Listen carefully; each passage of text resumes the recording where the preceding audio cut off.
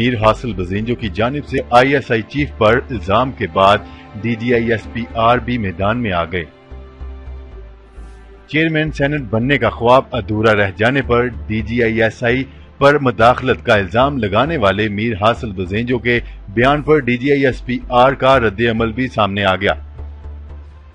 मीर हासिल बज़ेंजो के बयान पर DGISPR major general Asif Ghafoor ने अपने जाती अकाउंट की बजाय पाक फौज के ऑफिशियल ट्विटर अकाउंट पर रद्द-ए-अमल दिया।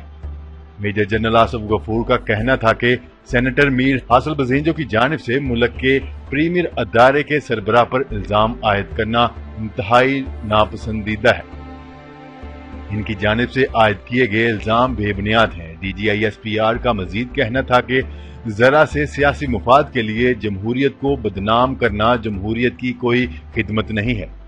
वाज़ेह रहे कि चेयरमैन सेनेट सादक संजरानी के खिलाफ तहरीक के अदम एतमाद नाकाम होने पर अपोजिशन उम्मीदवार मीर हासिल बज़ेंजो ने इल्जाम आयद किया था कि अपोजिशन के जिन 14 लोगों ने करारदाद की मुखालफत में वोट दिए हैं वो जनरल फैज हमीद के आदमी थे। जी तो नाजरीन, अब तक के लिए इतना ही। मजीद खबरें लेकर बहुत जल्द आपकी खिदमत में हाजिर होंगे। तब तक के लिए अपना ख्याल रखिएगा। अल्लाह निगहबान।